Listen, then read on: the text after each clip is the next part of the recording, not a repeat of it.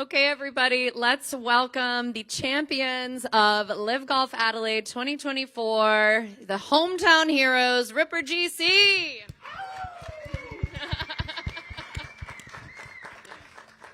What can only be described as a storybook ending with the playoff and everything that went into it. Cam, how are you feeling right now? He's flabbergasted. I am flabbergasted, actually. It's I think we're all flabbergasted. yeah, it's I think we're all exhausted. It's been a very long week, and for it to end the way it did was, like you said, a storybook ending. It was so cool. All the boys played really well. I think we all finished in the top 12 or 13 or something.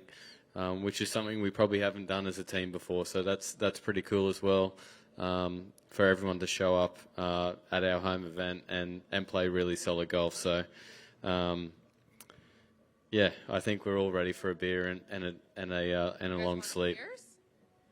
No, it's okay. No, you guys bring the boys some beers. Mark, tell us what it was like on 18, playing that hole twice. Just that whole experience out there where the first hole kind of went a little bit sideways and the Stingers weren't putting great, and then just the whole experience was wild. Tell us what that felt like for you. Yeah, that was a tricky hole location, actually. I don't think there would have been too many putts made around that hole. But it was as good as I've played in front of. You know, it takes a fair bit to get me nervous, and that tee shot on the first playoff hole, I was pretty nervous. So to make that putt that you're probably talking about on the 18th hole, I was saying before to someone else that if I hadn't have made that putt, I feel like I would have been charged and trampled. So. Yeah, that was a pretty important putt to make, and obviously a great one to see go in. But yeah, it was just a great day all in all, really, to play with Lucas for the day. I've never really fist pumped to go from 20th to 18th or 17th before, and I think that team aspect really does that to us. You know, you don't have a chance to win the team, the individual tournament, but you've got a chance to help your team. So I think that's really a massive draw card of this event. Amazing. Sorry, I'm just going to pass out your beers. I've got Okay. fresh Carlton. Toby doesn't drink beer, so. You don't drink beer? I'll stomach one for the occasion. Ooh. Matt, were you taking off your shoes so you can do a shoey for us? No, Okay. it's definitely not. Lucas, you were on fire today. I was telling you earlier, every time I was looking at the TV, you were just sinking another putt. Obviously, that was a big contribution to the team taking home the win today. Tell us about your day, and did you feel a lot of pressure out there, like you really needed to perform well for the team? I don't know that I felt too much pressure. I think I sort of chatted with Pewey, my caddy, before the round. You know, we were starting on 7, so I think in our first 8 holes we were going to play all the par 5s. Which I thought was where we were going to really take advantage of the golf course. So I was kind of prepping myself for a pretty hot start. And then I think we played that stretch of holes like 1 under maybe, and I was kind of like, oh, damn it, like that was our advantage gone. And then just went about sort of getting it out of trouble in all sorts of different spots for the last 10 holes and rolled in a few putts. And then, yeah, like, I mean, it just felt like there with 6, 7 holes to go, we look up at the board where, you know, maybe leading or 1 back or somewhere around that range, and everyone in the crowd could feel it. You know, we could all feel it that we were trying to get it done. And yeah, like obviously playing with Leash, I don't know that either of us would have played as well as we did had we not played with each other, because it was like any time he did anything remotely good, I was just straight into him, like, great shot, Leash, well done there, that was tough, like really well done. And we fed off each other all day like that. So I think that played a big part in why both of us shot 65 and ultimately got us into that playoff. Jonesy, you had an awesome week this week. You played really, really well. Can you sum up the experience both on course and then like what it's like to be sitting up here now? No, it's not that easy to sum up. For us to win in Australia as a team. It's something we wanted to do last year. We didn't get it done. To do it this year, yeah, it's hard to explain. To do it with these guys, we're all good friends. We have such a good time together, and I think that's one of the aspects that makes our team so good. We're such good friends. We have a good time hanging out, drinking, which we'll do plenty of tonight, and on the plane tomorrow, I'm sure. Cam, that moment where you had to decide the two players that were going to play in the playoff, can you take us into the locker room and what that situation was like? Yeah, it wasn't easy. Not an easy decision. I had just made bogey on 18, and yeah, we kind of all talked about it. We had a good chat. Obviously, Leash and Herbie shot a really good score today, so they were kind of on fire. But yeah, I think. I mean, in the end, it was the right decision. Do I think it would have mattered? Probably not. I think any one of these guys could have stepped up there and got the job done. And you know, I think you know, today for myself was about digging deep. I didn't really have my best stuff out there, but you know, we did it in that first playoff hole. We both made pretty good pars and kept us in the golf tournament. So yeah, it was. I think it could have gone either way. I think any one of us could have done it.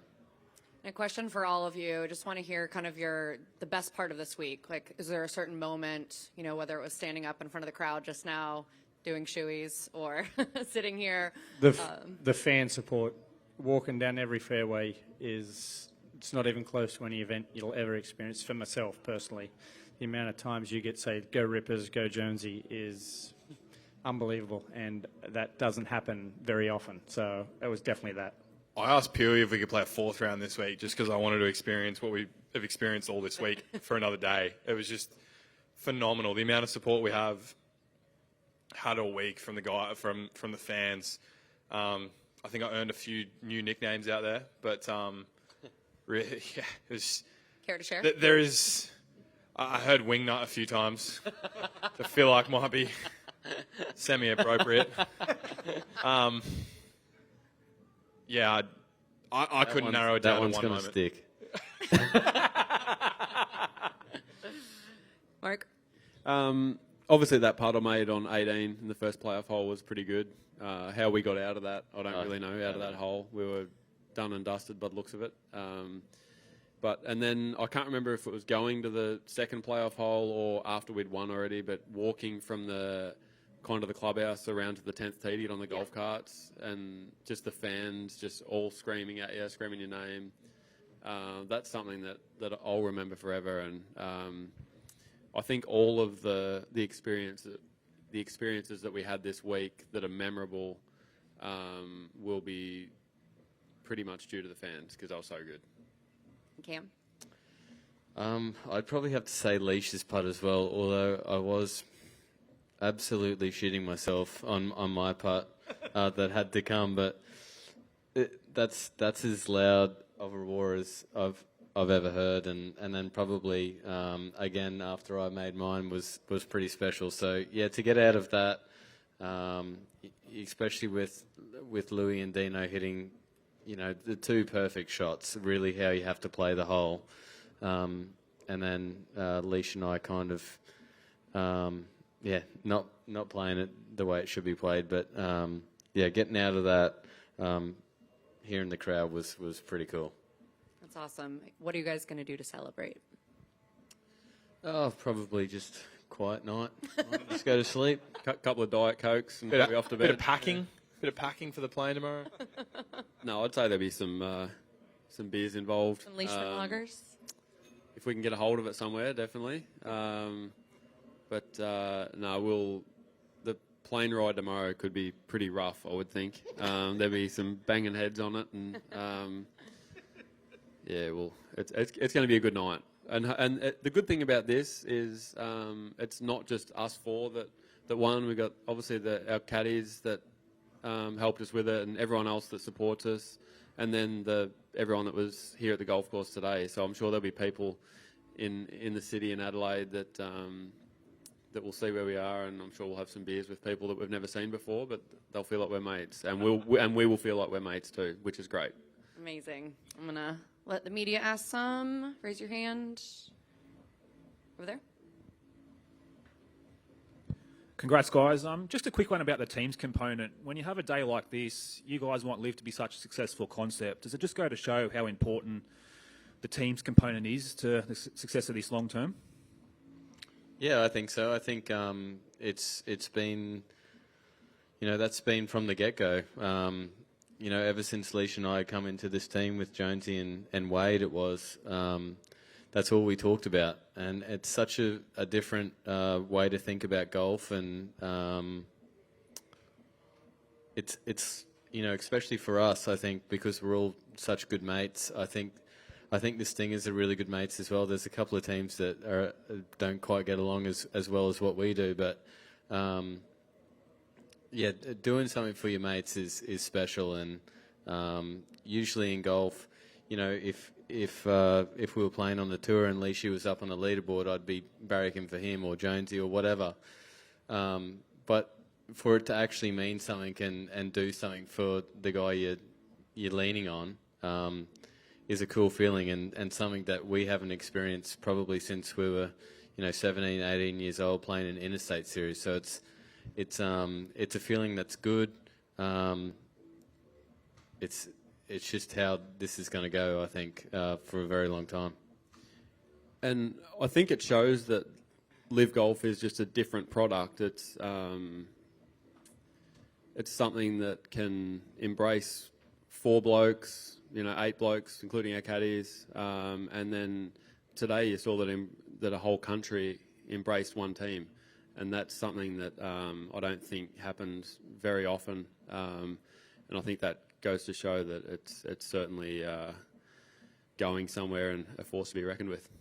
Just on that point, Leash, about embracing a team, I think we saw there on the playoff on those extra holes, the crowd was so rowdy and almost Bronx cheers for the South Africans when they're playing their shots. Like, do you guys encourage that? Do you want that to be part of, I suppose, golf etiquette going forward if you're in a tense situation like that? It's all fair, obviously, all fair game. I think the only time we'll embrace that is the first time we go to South Africa. And if we're in a playoff with the Stingers, I think we'll embrace that they can do whatever the hell they want to us. But yeah, I mean, I think it was cool. I mean, the first team playoff is going to be remembered, and I'm going to remember it for all positive things. And last one from me, Matt, just to you, just quickly. I think you birdied the watering hole on all 3 days. Yep. It almost seemed like it was just too easy for you this So week. did Leash. Too easy. Did you as well, Leash? Sorry, apologies. Yeah, jeez. It just seemed too easy for both of you guys this week. How'd you find that watering hole? I enjoyed the tee being moved up just a little bit every time. I could hit wedge. I think I hit wedge 3 times, maybe at 9 on one time. I can't really remember. But, I made a nice 15-footer today for birdie. I was actually a bit stressed going into that hole because I spoke to Cam before the round started, and he said the pin was a doozy. So I was a bit worried when I was hitting that tee shot, to be honest. Over here. Cam, was there a time during the round where you looked at the scoreboard and you saw how the other 3 guys were playing and you felt like, man, I gotta get another gear here? Yeah, for sure. I definitely didn't have my best stuff today. I think, I told Sam on the 7th green, I said, mate, I'm absolutely shitting myself here. Like I just made a birdie, but it seemed like I was just tight and tense and.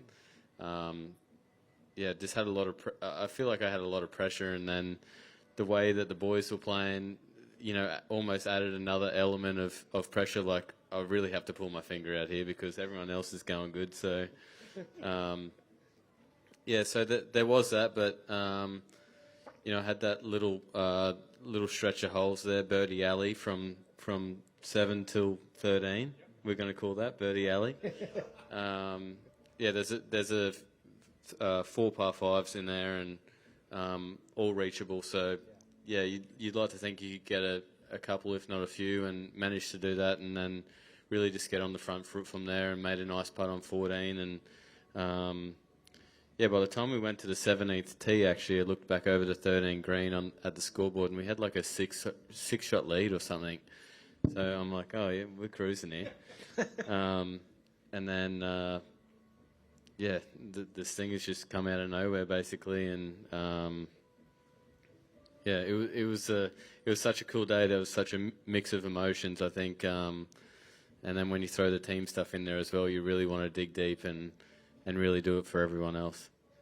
And when you made the jump to LIV, is this what you envisioned, like this week? Not just winning today, but just how you guys were accepted by entire city and country, basically. This week has far exceeded my vision for what was ahead.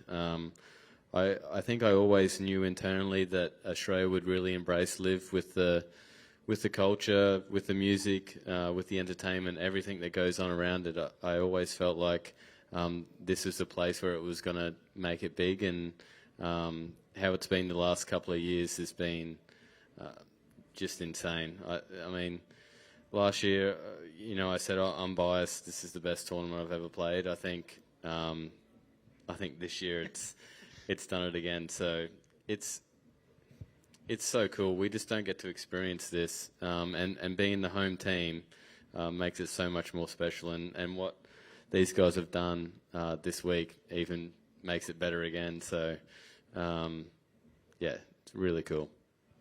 And Leash, when you were walking to the 18th green on that first playoff hole, what percentage of chance would you have given you guys to win? Well, I mean, I've been in some pretty low percentage places with bigger consequences. So I would say, I mean, it wasn't looking good. I would say 25% chance that we could go on. Thought there was a very low, very low percent. I think 25%'s being... Yeah. Yeah, I'm an optimist. So, yeah, I don't know. I knew those putts weren't easy because I had that same putt that they had in regulation, and I hit a really good putt and it didn't hit the hole. Actually, no, it did hit the hole, it lipped out. But it was a really tricky pin. It was pretty much every putt from within 6 or even 5 feet of the hole from behind that pin is a double breaker. So I don't know. Yeah, it was a low percentage, but there was a even lower percentage that we were going to come out on top after that hole. But you got to just embrace that stuff, I think. You know, embrace the challenge and hope that you can come out of it and give yourself another chance, which we did, and it turned out pretty good for us. I appreciate it. Thanks. Anyone else? No? Okay, go celebrate. Congratulations, guys.